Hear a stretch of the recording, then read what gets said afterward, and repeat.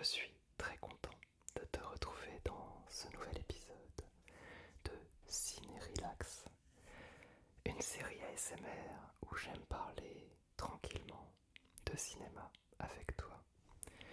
On est là pour se détendre avant tout et je suis là pour te parler de films ou séries que j'ai pu apprécier ou moins apprécier parfois. En l'occurrence aujourd'hui, je vais te parler de films que j'ai beaucoup appréciés, car je vais te parler de films qui m'ont marqué durant les 5 dernières années. Donc là on est à peu près au milieu de la décennie en cours. On arrive petit à petit vers la fin de 2025 et il y a déjà un certain nombre de films qui m'ont particulièrement plu pour différentes raisons, avec des styles très variés d'un film à l'autre. Aujourd'hui, je vais te présenter mon top. Attends, comment on fait ça? Comme ça, mon top 10 des films qui m'ont peut-être le plus marqué sur ces 5 dernières années. Ça ne veut pas dire, attention, que ce sont les 10 meilleurs films pour tout le monde. Ce n'est que mon avis personnel. Et c'est très important de le prendre en compte. J'ai aussi essayé de varier un petit peu les styles au sein de mon classement. Et à la fin de la vidéo, je te donnerai aussi quelques noms de films qui m'ont beaucoup plu, mais que je n'ai pas pu intégrer dans ce top 10 parce que j'ai dû faire des choix tout simplement. Si jamais tu ne connais pas le format Ciné Relax, en général ça prend toujours un petit peu de temps, de quoi bien se détendre ensemble. Parce que je te présente le film avec le casting principal, avec un petit résumé du film, le synopsis uniquement. Dans cette vidéo, j'essaierai de ne pas spoiler particulièrement. Je vais te donner mon ressenti général sur les films dont je vais te parler. Mais je ne vais pas te parler de moments précis du film qui spoileraient toute l'intrigue. Juste plutôt une sorte de ressenti global. Pour que tu puisses toi aussi, pourquoi pas, aller les regarder si certains te tentent après avoir écouté cette vidéo. On est parti pour passer un petit moment ensemble et on va commencer par le film que je classe numéro 10.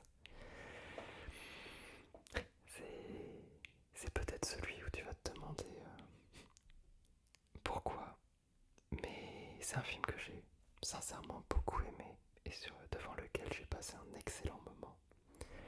Il s'agit de K-pop Demon Hunters. Il y a des films très différents dans cette liste, je le rappelle. Ça ne va pas être 10 films d'animation avec des chansons de K-pop. K-pop Demon Hunters, c'est un long métrage d'animation de Chris Appelans et de Maggie Kang. Il a été fait en 2025 et il contient les voix de Arden Cho, Mei Hong, Ji Young-woo, Han Yoo-seop. J'ai sûrement écorché les noms de tout le monde.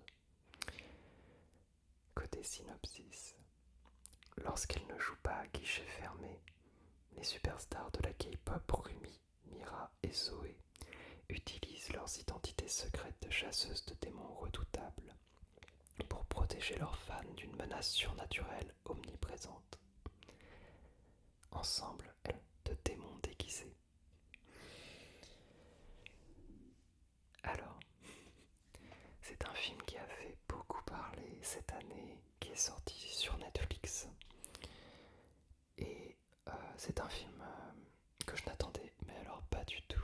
J'étais un peu curieux parce que on est sur un film d'animation avec un girls band de K-pop qui chasse des démons. C'est assez étonnant comme mélange. Et le public visé semblait être particulièrement jeune. Ça semblait viser plutôt les enfants et les adolescents.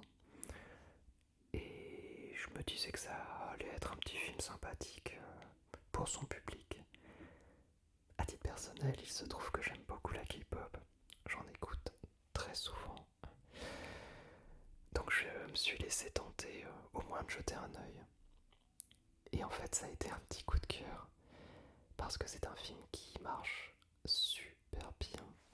Qu'est-ce que je me suis noté? Oui, bah, l'évidence en fait, c'est un film, je trouve qu'il y a beaucoup de good vibes. C'est c'est positif, c'est très dynamique. L'animation est superbe d'ailleurs. Je trouve qu'il y a eu de très très beaux films d'animation ces dernières années. Et celui-là marche super bien dans son genre. La bande son est phénoménale quand on aime le style. Ça c'est vraiment mon gros coup de cœur. Et ça a été le coup de cœur de pas mal de personnes parce que la bande son a cartonné dans le monde entier en remportant plusieurs récompenses et surtout en étant au sommet des écoutes sur la plupart des plateformes. Ça a été superbement bien réalisé, c'est à la fois envoûtant, ça donne envie de danser, il y a de l'humour, c'est vraiment une bande son qui s'écoute et se réécoute avec grand plaisir à chaque fois. Et elle accompagne particulièrement bien le film, qui est très efficace pour raconter son histoire, qui arrive à être touchant, qui arrive à être drôle. Et je ne trouve pas que le film soit particulièrement enfantin ou uniquement adapté à des enfants. D'ailleurs, ça ne serait pas grave si c'était le cas. Il y a des films qui visent uniquement les enfants et c'est très bien comme ça. Mais pour mon cas, j'ai bien aimé le ton du film en général. Et j'ai hésité à le mettre dans cette liste parce que c'est un peu le genre de film qui ne fait pas très cinéphile. Ça fait pas très professionnel, entre guillemets, de l'intégrer à un top 10 de cinéma. Mais moi, ce qui compte dans ce top 10, c'est d'inclure des films qui m'ont marqué, que je reverrai peut-être même avec plaisir un jour, et qui ont été les films en fait qui m'ont laissé le plus de sensations à la fin de leur visionnage durant ces dernières années. Et K-Pop Demon Hunters remplit parfaitement ces cases-là. J'ai vraiment adoré le visionnage et je le reverrai sans aucun doute un jour pour le plaisir. On est déjà à 8 minutes, il n'y a qu'un film de fait, on est bien dans un épisode de Ciné Relax. J'espère que tu passes un bon moment de ton côté. C'est la première fois que je tourne un épisode de Ciné Relax avec les deux micros, comme ça. J'ai hâte de découvrir le résultat, je t'avoue. Avant de passer au 9e film, je précise juste que j'ai longuement hésité pour la 10e place. J'ai hésité avec un autre film qui remplissait un petit peu le même style.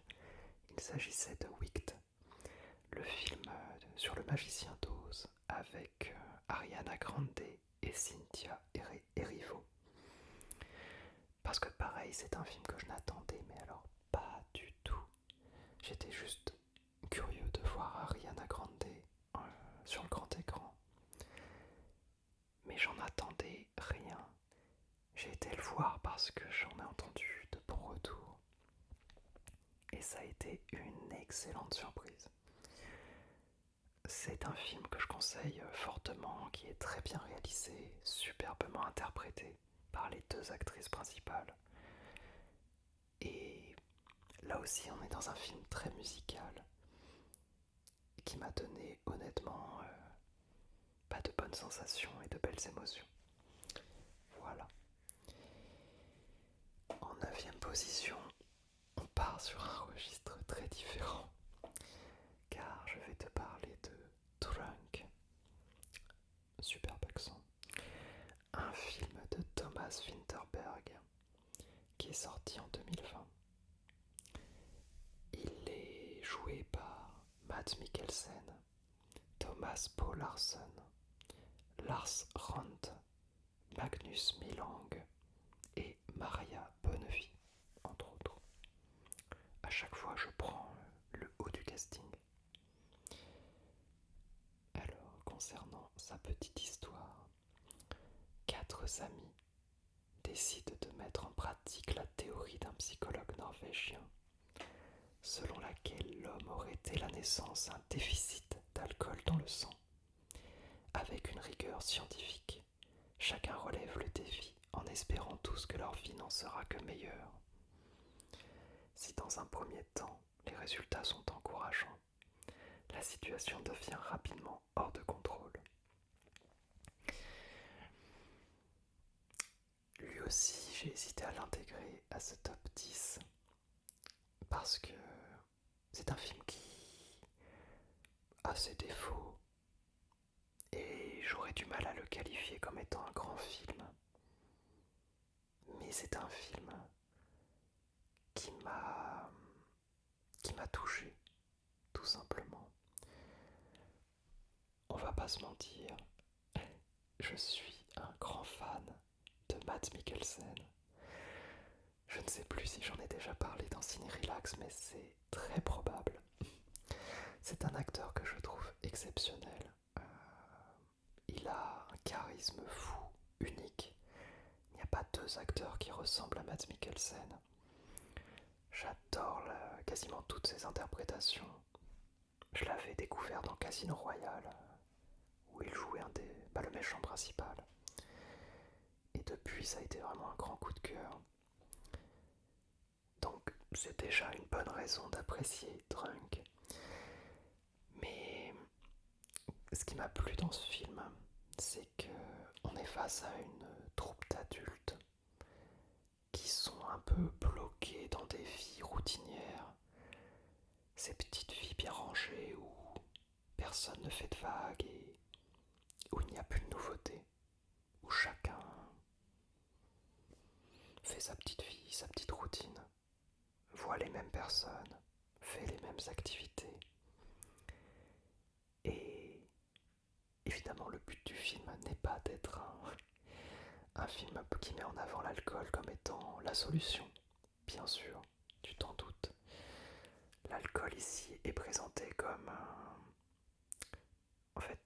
comme une façon de se libérer de certains poids et de se donner d'une certaine façon le courage d'accomplir des choses nouvelles, de casser cette routine. Ce qui est dommage, et je pense que c'est l'un des propos du film, c'est de devoir en arriver à utiliser l'alcool alors qu'on peut le faire sans.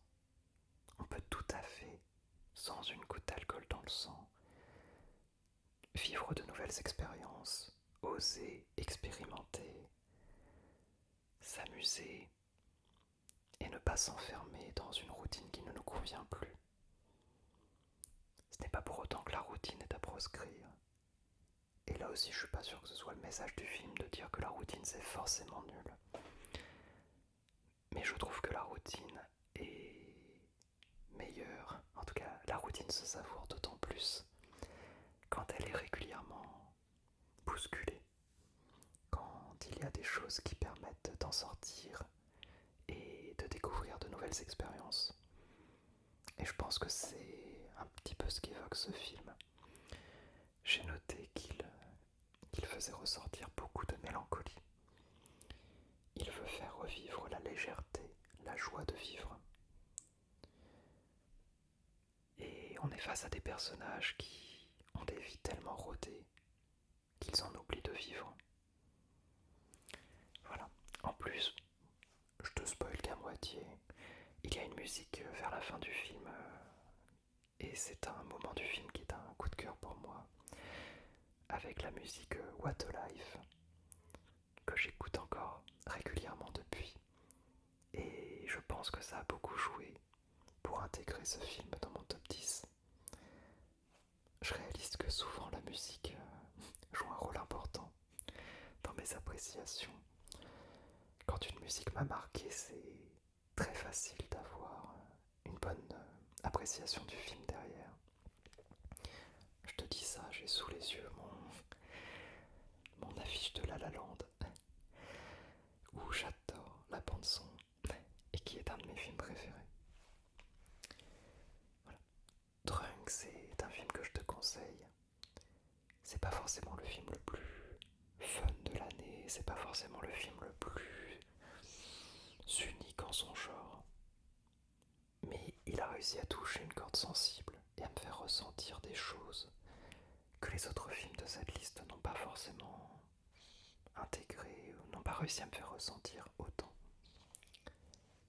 J'en ai gardé une bonne impression. 8e film de ce top 10. On est sur du beaucoup plus classique. On est sur du bon gros blockbuster. Il s'agit de Dune, deuxième partie. Même si là, je vais surtout te parler des 2 films Dune qui sont sortis à l'heure actuelle. Concernant sa deuxième partie, c'est un film de Denis Villeneuve qui est sorti en 2024 en France.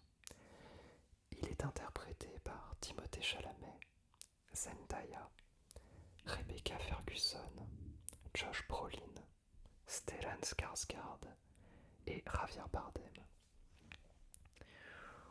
Est-ce que ça vaut le coup que je te parle du synopsis?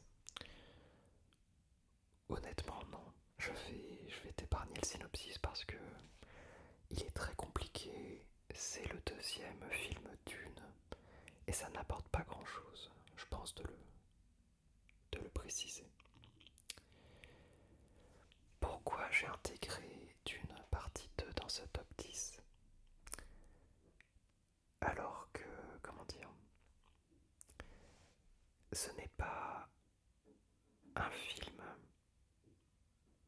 c'est pas facile à exprimer, ce n'est pas un gigantesque coup de cœur à titre personnel. C'est un film que j'ai trouvé impressionnant, surtout le deuxième opus.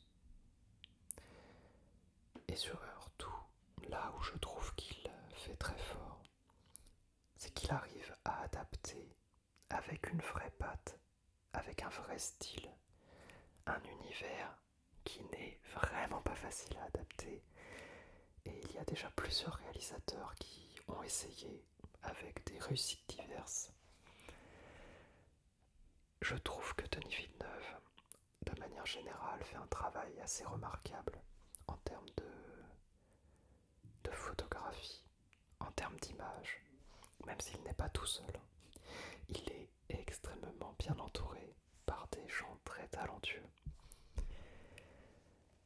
Mais en fait, Dune, je ne pouvais pas l'ignorer pour ce top 10, parce que sur les 5 dernières années, ça fait partie de ces œuvres qui vraiment essayent de faire quelque chose de grandiose, et y arrivent quand même, en grande partie. Et quand je repense aux blockbusters qui sont sortis ces 5 dernières années, je crois pas qu'il y en ait d'autres qui m'aient autant impressionné que Dune 1 et Dune 2. Il y a beaucoup de films aujourd'hui qui coûtent des sommes d'argent pharaoniques. Je pense par exemple aux films Marvel. Mais je pense qu'aujourd'hui, il y a pas mal de gens qui trouvent que les Marvel se ressemblent énormément. Ils ont un peu tous la même patte, le même rythme. Et je ne dirais pas que ce sont des mauvais films, loin de là. Il y a beaucoup de Marvel que j'apprécie énormément. Mais je suis content de voir le style de Denis Villeneuve dans un film avec un tel budget et une telle ambition. Parce que Denis Villeneuve, il essaye toujours de créer une véritable ambiance, de prendre son temps. Et il y a un vrai mood au sein de ses films. J'avais été marqué par Incendie de Denis Villeneuve, qui est un de ses premiers films majeurs. Et j'ai aussi une affiche juste à côté pour Blade Runner l'excellente suite à Blade Runner, qui est un film mythique. Et là aussi, dans Blade Runner 2049, il avait réussi à créer une ambiance toute particulière, avec là aussi une forme de grandeur, de véritable grandeur à l'image, et avec ce que le film nous montre. Et je n'ai pas ressenti ce genre de choses dans d'autres blockbusters ces dernières années. Il m'a vraiment impressionné visuellement et en termes de son aussi. Le sound design est exceptionnel dans Dune 1 et Dune 2. Je ne dirais pas que j'ai été bluffé par l'interprétation du casting. Je trouve que ça passe en second plan en fait, l'histoire et le casting, même si ça m'a beaucoup plu aussi. Mais quand je repense au film, j'ai directement ces images en tête. Les images, le son. Il y a quelque chose d'assez unique. Voilà pourquoi je tenais à l'intégrer parce que c'est quand même quelque chose d'assez audacieux avec un tel budget. Voilà. On bascule sur un film avec un budget plus bas. Et pourtant, quelle réussite! Il s'agit du film Le Sommet des Dieux, qui est un long métrage d'animation de Patrick Imbert, qui est sorti en 2021. Il contient les voix de Lazare Herson Macarel, Eric Herson Macarel et Damien Boisseau. Concernant son histoire, à Katmandou, le reporter japonais Fukamashi croit reconnaître Abu Shoji, cet alpiniste que l'on pensait disparu depuis des années. Il semble tenir entre ses mains un appareil photo qui pourrait changer l'histoire de l'alpinisme. Et si George Mallory et Andrew Irvine étaient les premiers hommes à avoir atteint le sommet de l'Everest le 8 juin 1924, seul le petit Kodak Vest Pocket avec lequel il devait se photographier sur le toit du monde pourrait livrer la vérité. Je ne sais pas si tu as entendu parler de ce film, qui n'est clairement pas dans la liste, un de ceux qui a fait le plus de bruit. Et pourtant, c'est un film incroyable que je te conseille à 200%. Pour moi, il a toutes les qualités, et en plus, une qualité que j'apprécie beaucoup ces dernières années, c'est le fait qu'il dure 1h30. Je trouve qu'il y a pas mal de films qui durent très longtemps aujourd'hui.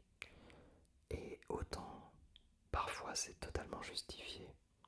Il y a des films que je ne verrai pas raccourcis et qui durent 2h30, 3h. Autant, parfois je trouve qu'il y a des petits soucis de rythme. Et il y a pas mal d'œuvres qui durent 2h, 2h15, où j'ai du mal à voir l'intérêt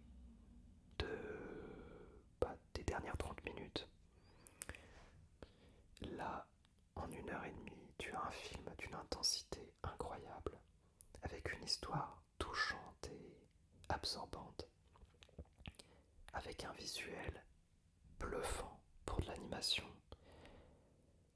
On est vraiment sur un film d'alpinisme qui veut te faire ressentir ce que peut ressentir quelqu'un qui tente une ascension aussi folle que celle de l'Everest.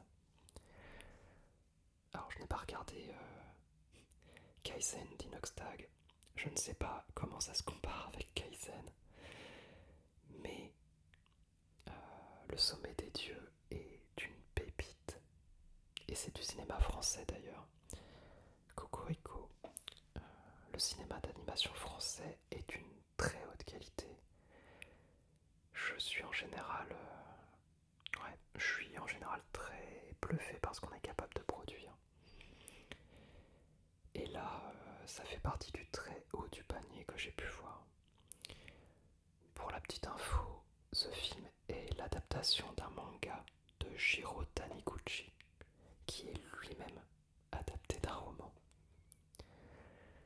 Et au niveau des thèmes qu'il aborde, on est vraiment dans cet inexplicable besoin de repousser les limites, de braver l'impossible, ce côté irrationnel d'une telle ascension et d'un tel défi, où on se met en danger de mort, clairement, pour le challenge, pour l'expérience.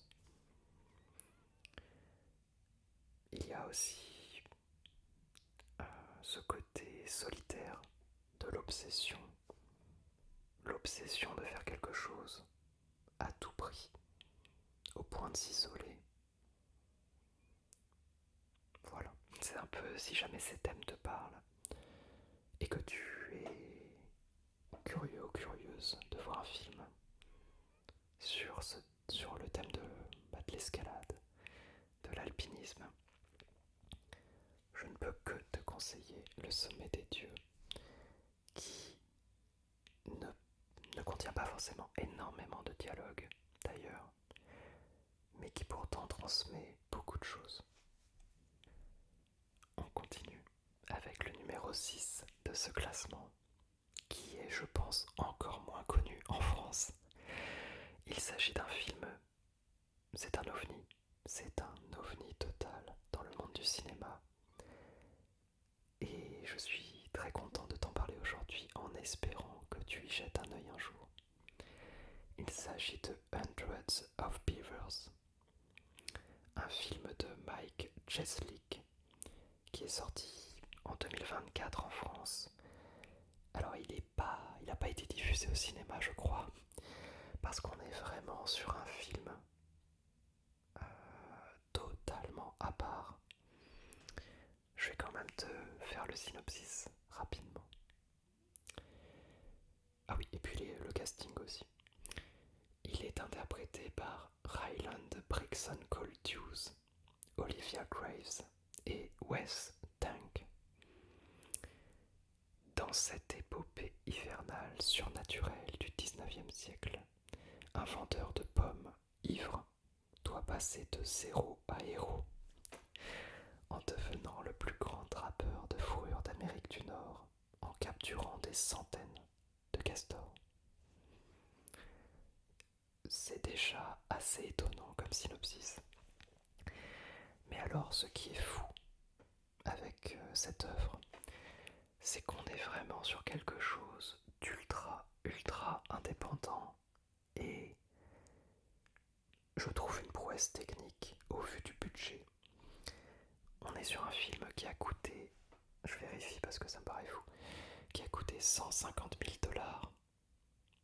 Et je peux t'assurer que 150 000 $ pour faire un film, ce n'est vraiment pas beaucoup. Un film, ça monte très vite. Il faut des moyens techniques importants.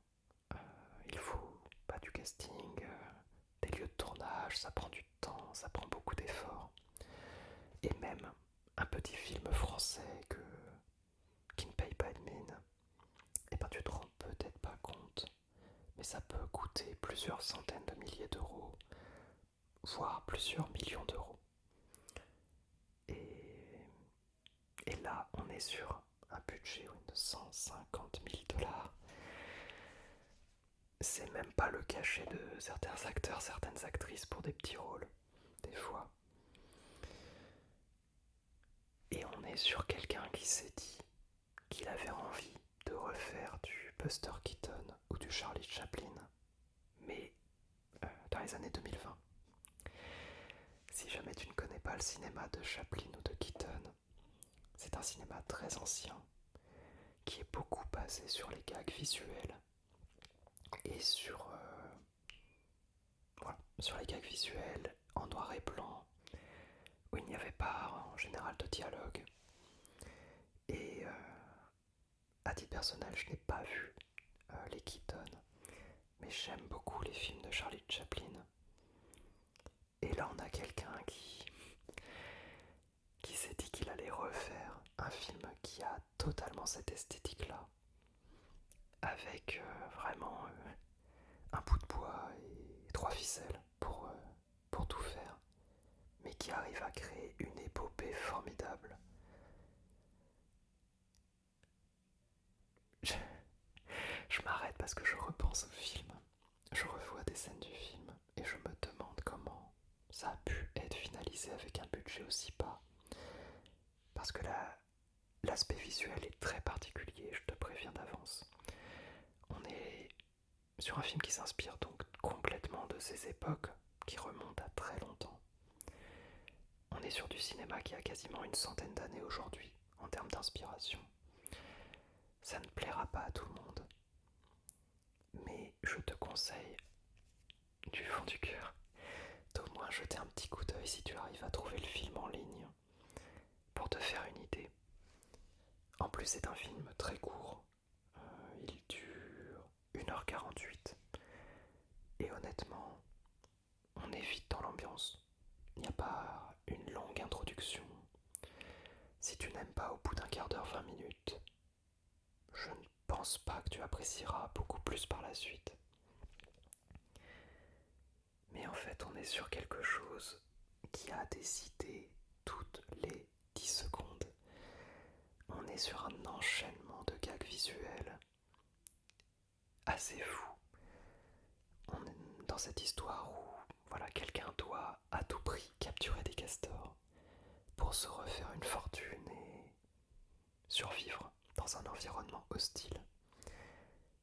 Mais là où par exemple, on est sur un film totalement absurde, c'est que les castors par exemple ne sont pas des castors en animation, ce n'est pas de la 3D, ce n'est évidemment pas de vrais castors qui ont été utilisés pour être représentés dans le film. Il s'agit juste de comédiens en costume de castor. Voilà, c'est tout. Tout le monde est en costume. C'est une absurdité totale. Mais qu'est-ce que ça fonctionne bien. J'ai passé un excellent moment devant ce film. J'ai beaucoup ri. Et surtout, j'ai été impressionné par la débrouillardise qu'il y a dû y avoir durant le tournage pour produire une œuvre aussi folle avec aussi peu de moyens.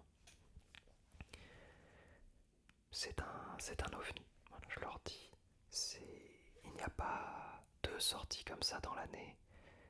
Et sur les 5 dernières années, il n'y a pour moi aucun film équivalent en termes de style. Voilà pourquoi je te le conseille. Ouf, changement total d'ambiance pour le film que je classe numéro 5. Il s'agit du film Les graines du figuier sauvage.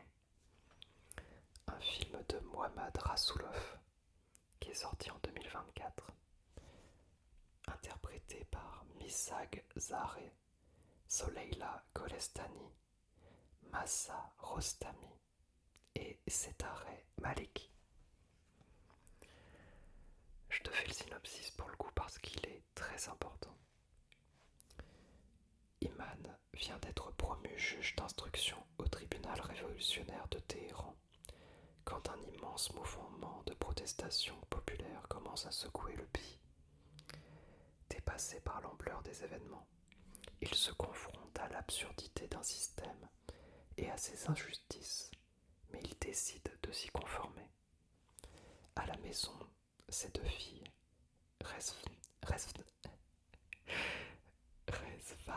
Rezvan et Sana, étudiantes, soutiennent le mouvement avec virulence, tandis que sa femme, Najmeh, tente de ménager les deux camps.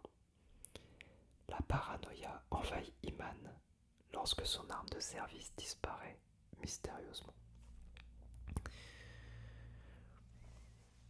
Alors là, on n'est plus du tout dans le gag visuel, on n'est plus du tout dans la petite comédie légère.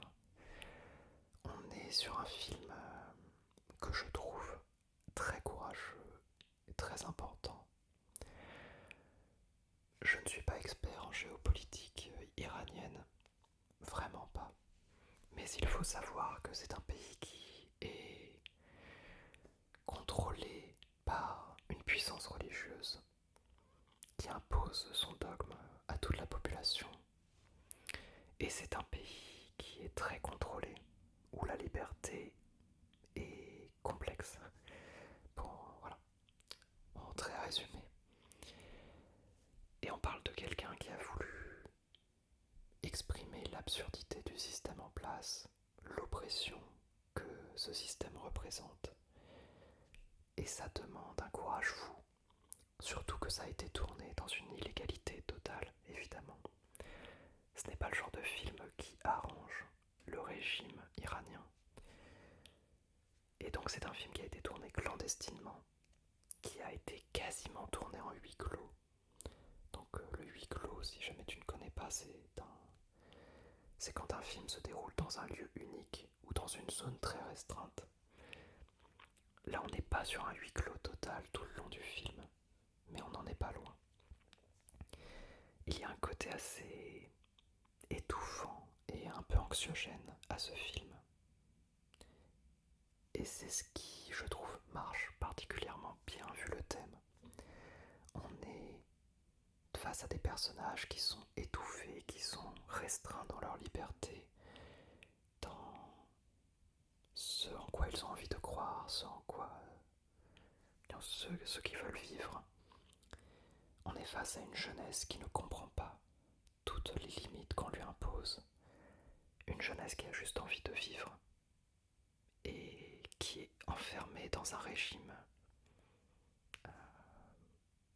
difficile. Je pense pas que ce soit le meilleur adjectif pour définir ce régime, mais voilà. Et j'ai beaucoup aimé l'étouffement et l'oppression qu'arrive à retransmettre le film. Et surtout, je crois que j'ai beaucoup apprécié le fait que la révolte vienne de la jeunesse.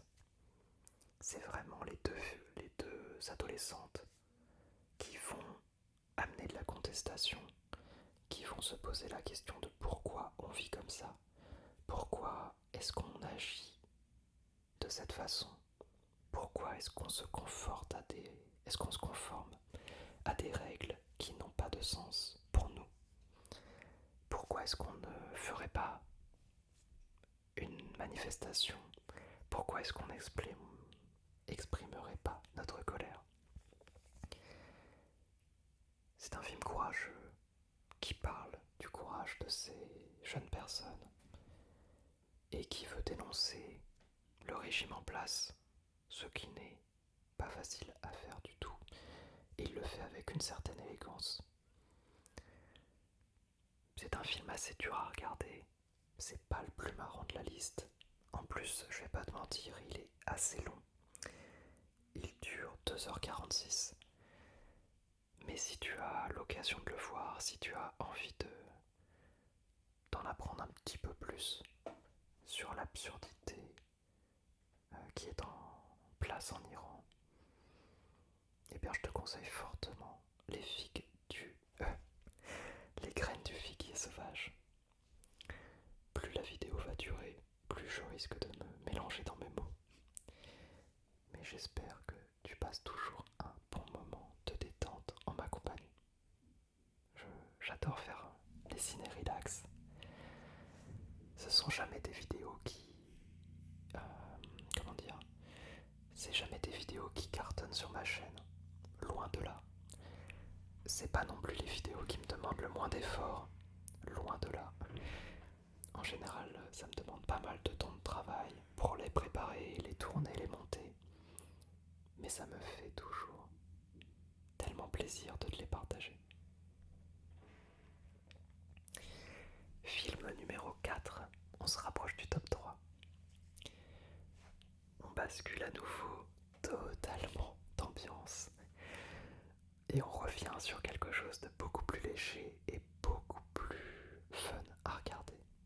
Car je vais te parler de Everything, Everywhere, All at Once.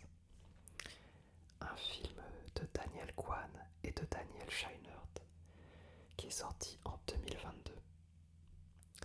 Il est interprété par Michelle Yeoh, Stephanie Hsu, Kerry Kwan et Jamie Lee Curtis. Encore une fois, je m'excuse auprès de toutes les familles dont j'insulte le nom en le prononçant n'importe comment. Côté synopsis, Evelyn Wang est à bout. Elle ne comprend plus sa famille, son travail, et elle croule sous les impôts. Soudain, elle se retrouve plongée dans le multivers, des mondes parallèles où elle explore toutes les vies qu'elle aurait pu mener. Face à des forces obscures, elle seule peut sauver le monde, mais aussi préserver la chose la plus précieuse, sa famille. Rien à voir, comme dirait Big Flo, rien à voir. C'était Oli d'ailleurs peut-être. Non, c'était Big Flo. Dans la vidéo d'Amixem, ça n'a rien à voir avec le film d'avant. Parce que là, on est de nouveau dans quelque chose de assez fou visuellement. On est sur un délire total en termes de rythme, en termes d'idées visuelles, d'idées de mise en scène. Et j'ai tellement aimé l'énergie que met ce film à nous raconter son histoire. C'était... Pour moi, j'ai ressenti ce film comme si j'étais dans un manège. Mais un manège où je m'éclate pendant tout le long du voyage. C'est extrêmement inventif. C'est fun. C'est brillamment interprété aussi. Et ça a été d'ailleurs pas mal récompensé au niveau de son casting. Et c'est un film qui, parmi toutes les bonnes idées qu'il a, parmi tout le fun qu'il apporte, arrive aussi à être touchant émotionnellement. Ce n'est pas juste un gros délire avec comme unique but, ce qui est déjà très bien, de faire rire les gens. C'est un film qui apporte plus que ça. J'ai trouvé que c'était super frais, tellement réjouissant à regarder. J'étais à fond dedans pendant toute la séance. D'ailleurs, c'est une petite anecdote, j'avais été le voir avec ma partenaire et à la fin de la séance, elle m'a regardé et elle m'a demandé si j'allais bien parce que j'avais l'air choqué et elle pensait que j'avais détesté le film vu comment je devais être avec une tête fichée devant l'écran. Mais en fait, j'étais en train de me dire waouh, quelle séance je viens de voir, c'était génial. Mais elle a eu peur pendant un instant que j'ai passé un moment désastreux. Pour le coup, c'est un film que je n'ai vu qu'une fois et je serais très curieux de le revoir prochainement parce que l'air de rien, ça fait déjà bientôt 3 ans que je l'ai vu. Je me demande s'il a toujours la même fraîcheur au deuxième visionnage. Mais si tu ne l'as pas vu, je te le conseille à 200% là aussi. C'est quelque chose qui fait du bien à voir. Et puis voilà. J'ai pas beaucoup plus à apporter dessus. Juste un des films qui m'a fait le plus plaisir à regarder, où j'ai passé le meilleur moment durant la séance. Et on rebascule en termes de genre et de style, car le film qui se classe numéro 3, ça y est, on est sur le podium. Il s'agit de Julie en 12 chapitres, un film de Joachim Trier qui est sorti en 2021. Il est interprété par Renate Reinsve, Anders Danielsen Lee et Herbert Nordrum. Synopsis. Oslo, de nos jours.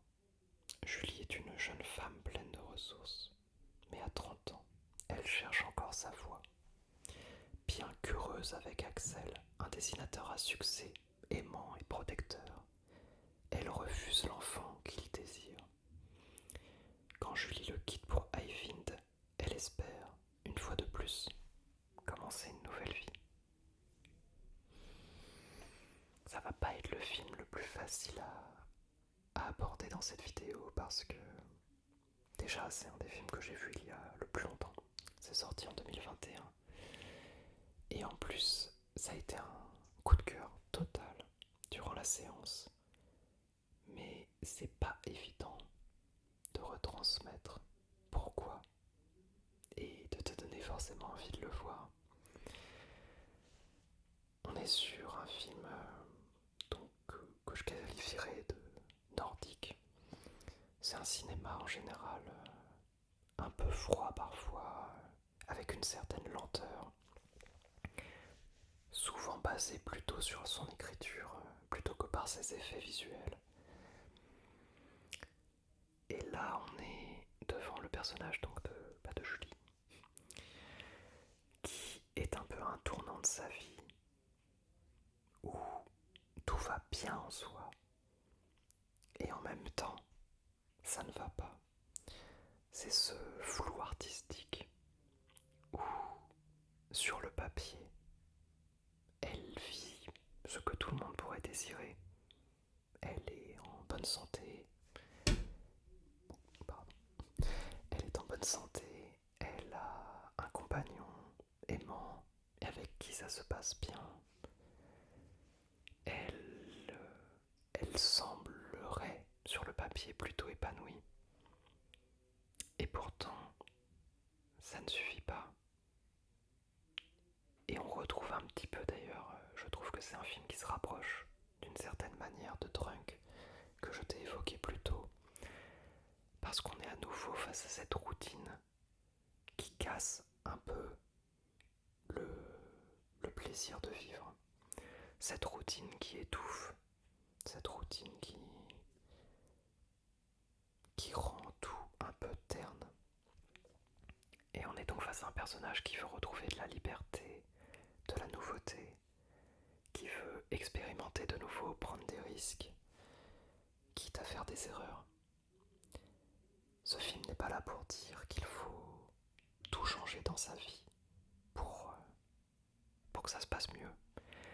Ce n'est pas comme si elle cherchait meilleur ailleurs.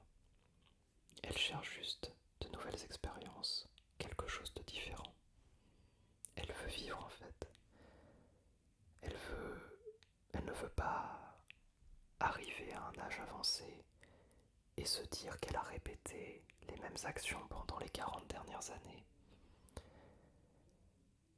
Elle a juste envie de remplir son existence de nouvelles aventures. Et je comprends ce ressenti.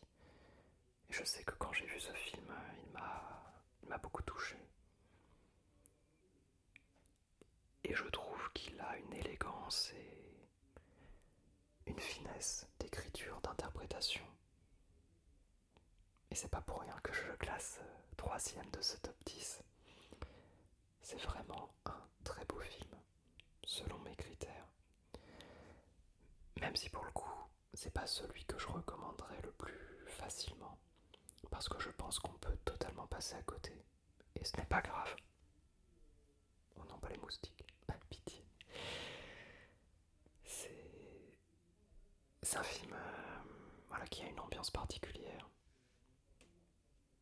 Et peut-être que le thème ne va pas du tout te parler. Peut-être que ça va te laisser de marbre en termes de sujet, d'interprétation. Mais je pense que si on rentre dedans, ça peut être un vrai coup de cœur, comme ça a été le cas pour moi. Et on arrive au film qui se positionne en deuxième position. Ça fait 2 fois position, mais c'est très bien comme ça. Il s'agit de Je verrai toujours vos visages, un film de Jeanne Herry qui est sorti en 2023.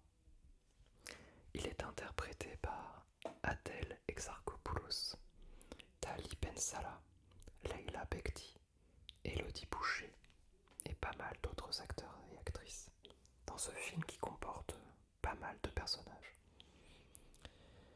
Le synopsis est essentiel pour ce film. Depuis 2014, en France, la justice restaurative propose à des personnes victimes et auteurs d'infractions de dialoguer dans des dispositifs sécurisés, encadrés par des professionnels et des bénévoles, comme peuvent l'être Judith, Fanny ou Michel. Nassim, Issa et Thomas, condamnés pour vol avec violence. Grégoire, Nawel et Sabine, victimes de homejacking, de braquage et de vol à l'arraché. Mais aussi Chloé, victime d'inceste, on va dire, s'engagent tous dans des mesures de justice restaurative. Sur leur parcours, il y a de la colère et de l'espoir, des silences et des mots, des alliances et des déchirements, des prises de conscience et de la confiance retrouvée. Et au bout du chemin, parfois, la réparation.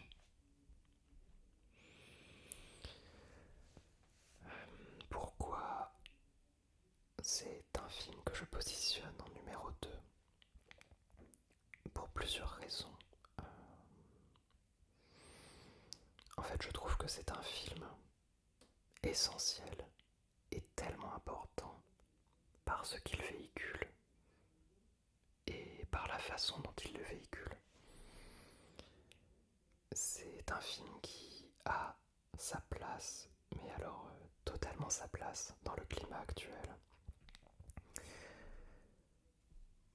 Le climat actuel est assez spécial. Voilà, je vais pas partir là-dessus, je vais pas en parler 10 000 ans, mais je trouve que le dialogue devient de plus en plus compliqué. On est de plus en plus dans des confrontations. On est dans un système où on s'affronte. On a de plus en plus de mal à trouver un juste milieu et surtout à se comprendre. Il y a des positions de plus en plus extrêmes sur certains sujets. Et c'est quelque chose qui est présent à l'échelle mondiale, et en tout cas, ce n'est pas uniquement en France, mais c'est quelque chose qui fait partie des choses qui m'inquiètent, je t'avoue, qui m'inquiètent de plus en plus. Et là, on est face à un film qui, au contraire, veut montrer qu'on peut amener du dialogue, même dans des situations où ce dialogue, il semble quasiment impossible. On est dans des situations où on se demande à quoi bon en fait, pourquoi faire ça.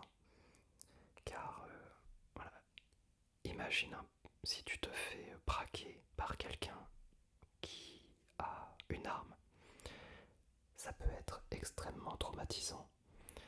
Peut-être qu'après ça, tu ne voudras plus sortir de chez toi. Peut-être que tu n'oseras plus faire certaines actions. Peut-être que tu verras une menace au-dessus de ta tête en permanence. Ça, c'est ce que ressent un des personnages. J'ai une lampe qui a lâché en plein milieu de vidéo. Et ben c'est pas grave, on va faire sans. On va dire que on approche de la fin de la vidéo, donc c'est l'heure d'éteindre les lumières. Mais voilà, donc c'est ce que je voulais dire, c'est que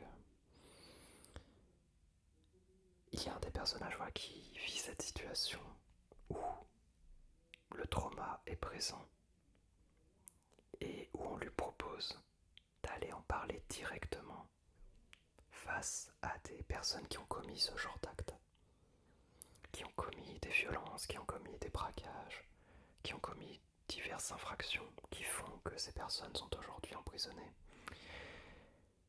Et on a du mal, je trouve, à imaginer qu'un tel dialogue soit possible et souhaitable.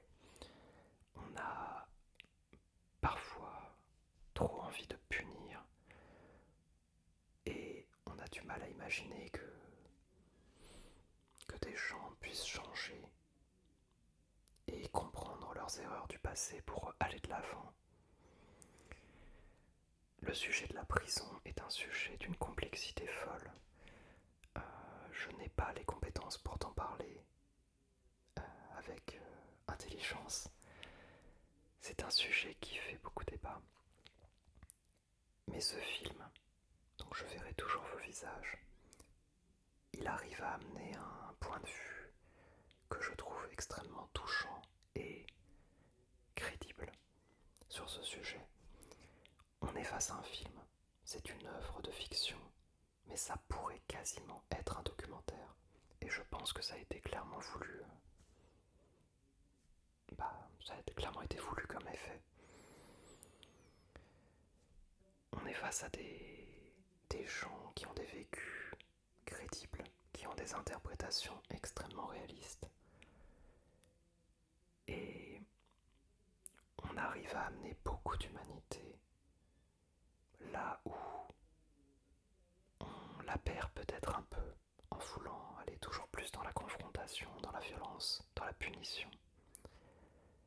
C'est un film qui prône le dialogue, qui prône l'ouverture d'esprit. Et c'est un film qui m'a marqué par les valeurs qu'il transmet. Et ça compte. Ça compte, ça compte. Voilà, j'ai noté que c'était un film rempli d'empathie. On cherche à se comprendre plutôt qu'à s'attaquer. Quand je l'ai vu déjà, ça me semblait être un message tellement important.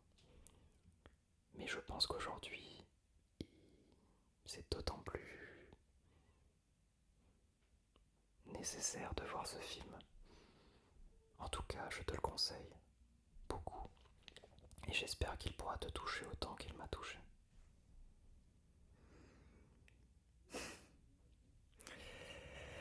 Et on arrive au numéro 1 de cette vidéo. Là aussi un film avec lequel on pourrait faire un parallèle avec l'actualité.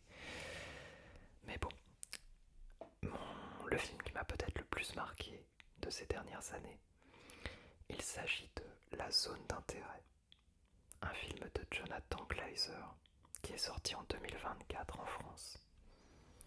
Il est interprété par Sandra Hüller, Christian Friedel, Johan Kartos. Le synopsis est très court. Le commandant d'Auschwitz, Rudolf Haus, et sa femme Hedwig s'efforcent de construire une vie de rêve pour leur famille dans une maison avec jardin à côté du camp.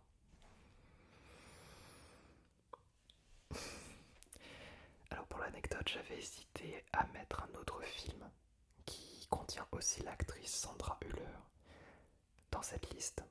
Il s'agit de Anatomie d'une chute, un excellent film qui a été pas mal médiatisé. Tu en as sûrement entendu parler. Mais je crois que La Zone d'intérêt m'a laissé une sensation et m'a marqué d'une façon assez unique. Et peut-être plus unique que Anatomie d'une chute. Et c'est pour ça que je le mets en haut de ce classement.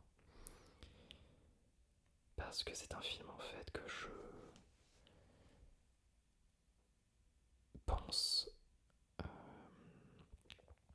marquant. Et je pense qu'il pourra être encore marquant dans des années et des années. Il a une approche assez unique et différente sur le thème qu'on connaît pourtant déjà extrêmement bien. Ce n'est pas un très très marrant.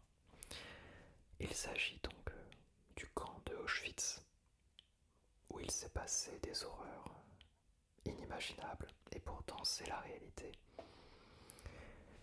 Et on a déjà eu tellement d'œuvres qui parlent de cette époque de l'histoire. On a eu des œuvres plutôt avec un style film de guerre, on a eu des drames d'une froideur terrible, on a même eu des films qui essayent de parler plutôt du côté des Allemands, et là c'en est un d'ailleurs. Mais là où La Zone d'intérêt se démarque, c'est parce qu'en fait, au lieu de parler frontalement de ce qu'il se passe, il prend l'aspect quasiment télé-réalité sur la vie d'une famille, somme toute assez ordinaire sur le papier, où le mari va au travail le matin, la femme s'occupe du foyer, assez classique pour l'époque, les enfants vont se baigner dans la petite rivière qui est pas loin, ils ont des jouets, ils prennent leur repas ensemble.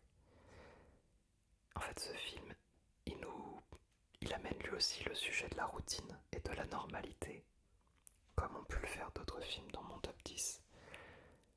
Mais lui, il le fait pour contraster avec l'horreur qui se déroule tout le temps en arrière-plan. Et là où je trouve la zone d'intérêt particulièrement brillant, c'est qu'il arrive à amener l'horreur de la situation quasiment à chaque plan, mais d'une façon détournée. Au lieu de nous montrer l'intérieur d'un camp de concentration, il nous montre juste des fumées qui sont en arrière-plan très loin. On les voit à peine, mais on les voit. Au lieu de nous montrer la souffrance au premier plan, il nous met des sons étouffés, mais des sons qui ne peuvent pas être ignorés. Sauf qu'il le fait d'une façon où toute cette ambiance-là devient un bruit de fond. Les visuels sont... On finit par les oublier presque. Les sons horribles qu'il peut y avoir, on finit par les oublier. Et on se retrouve embarqué dans cette petite vie de famille, tout à fait sympathique. Alors qu'on est face à un des pires spectacles de l'humanité. Et c'est une position audacieuse, c'est une position assez originale sur le thème. Et je trouve qu'il y a quelque chose de glaçant et de marquant dans ce film. Quelque chose dont je me souviendrai encore longtemps. Parce que je trouve que c'est facile de montrer l'horreur de quelque chose en jouant sur le pathos. Voilà, si on nous montre un enfant qui se fait taper dessus, si on nous montre une femme en train de pleurer parce qu'elle a perdu son fils, on peut plus facilement toucher l'émotion des gens en nous montrant l'horreur frontalement. Mais il ne faut pas oublier que tout ce qui a pu se dérouler durant cette époque-là, ça s'est fait aussi parce que c'était intégré à la normalité, parce que c'était devenu normal, routinier, quotidien, parce que ces gens faisaient leur travail dans leur tête. Ils ne se voyaient pas comme des monstres, ils se voyaient comme des exécutants efficaces d'un travail nécessaire. Et il ne faut pas croire que ce qui est monstrueux autour de nous a l'apparence de la monstruosité qu'on peut imaginer. Parfois ça se cache sous une normalité et sous l'acceptation tacite de choses qu'on ne devrait jamais accepter. Parce qu'il n'y a pas de révolte, parce que on laisse les choses se faire et on finit par les oublier parce que on veut les oublier. On ne veut pas penser à ce qu'il se passe en arrière-plan. Et là aussi c'est un film qui ne plaira pas du tout à tout le monde. C'est un film avec une position assez particulière sur un thème difficile. Mais je trouve que c'est un film qui a d'énormes qualités. Et c'est peut-être celui qui a le plus ce petit truc où je me dis que dans 40-50 ans, il sera encore totalement pertinent. Et peut-être qu'on en parlera d'ailleurs dans 40-50 ans comme une référence. Je ne sais pas. Mais je me dis que c'est tout à fait possible. Voilà. Je ne suis pas sûr que j'aurais dû terminer cette vidéo par ce film-là. Parce que c'est terrible en termes d'ambiance. Mais c'est ça aussi que je trouve incroyable avec le cinéma, avec l'art en général. C'est qu'on peut à la fois avoir des œuvres qui nous donnent une pêche exceptionnelle, qui nous donnent envie de danser, de chanter, d'aimer, Mais il y a aussi des œuvres qui parfois nous rappellent que, que la vie ce n'est pas juste des moments incroyables et des beaux moments. Et ça nous rappelle qu'on peut vite basculer d'un côté ou de l'autre, parfois de façon relativement anodine. Et j'aime beaucoup cette dualité dans l'art. Et le fait qu'on puisse d'ailleurs tout à fait dans une même œuvre naviguer entre la joie et la tristesse. Je trouve que les œuvres qui arrivent à le faire sont souvent les plus marquantes d'ailleurs. Mais j'espère que tu as malgré tout passé un bon moment et que cette vidéo t'a détendu. Les thèmes ont été plus ou moins joyeux, mais c'est ça le cinéma. Je voulais pour conclure te parler très brièvement de quelques films que j'aurais aimé pouvoir intégrer à cette liste, mais que je n'ai pas réussi à placer. Donc je vais juste te les citer rapidement et je te laisse jeter un petit coup d'œil si ça t'intéresse.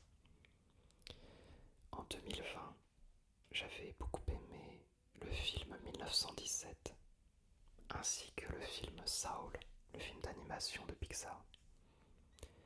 En 2021, j'avais été positivement surpris par The Suicide Squad, à ne pas confondre avec Suicide Squad, qui est, je trouve, une des pires purges que j'ai pu voir. J'avais été choqué par le film L'événement, et j'avais passé un très bon moment devant Le Peuple Loup. En 2022, j'avais été super emballé par Le Chapeauté 2. J'avais beaucoup aimé voir l'interprétation de Laure Calamy dans L'Origine du mal.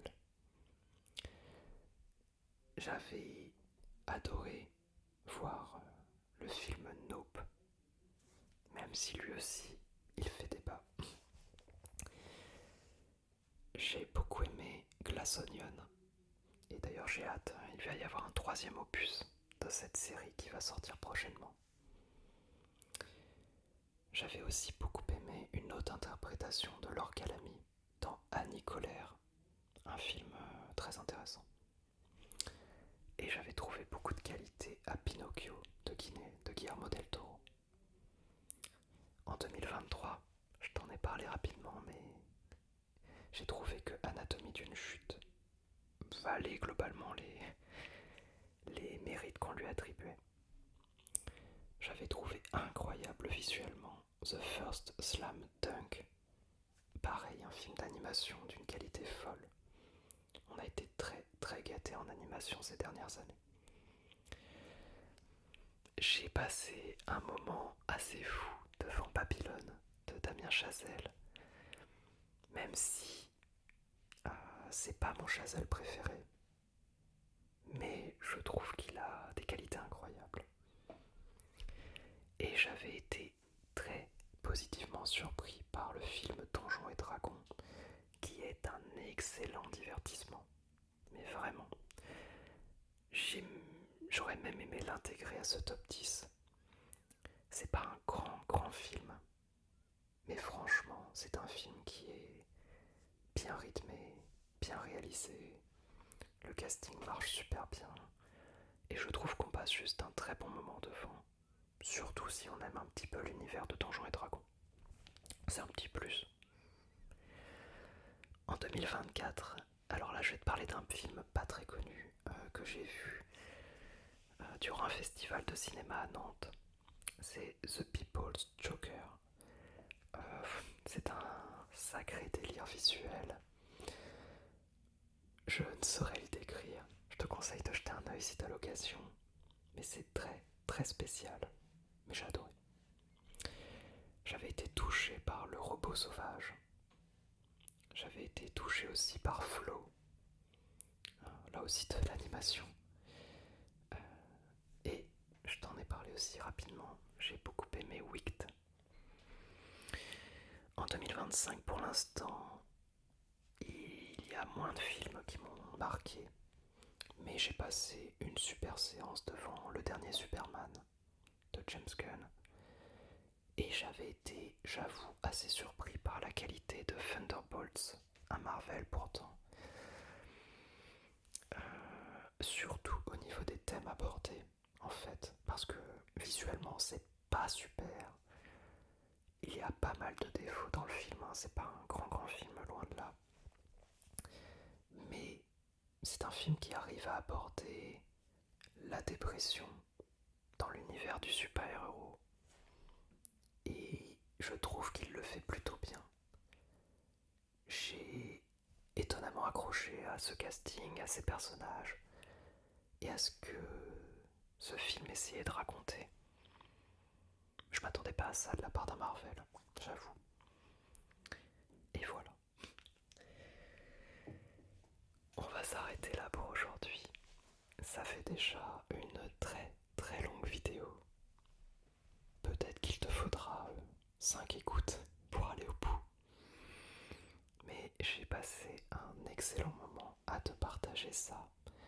J'espère que c'est le cas pour toi aussi. Et j'ai hâte de te proposer de nouvelles vidéos, que ça soit des ciné-relax, des roleplays originaux ou d'autres bêtises dont j'ai le secret, on va dire. Je te souhaite une bonne journée ou une bonne nuit selon l'heure à laquelle tu écoutes. Et je te dis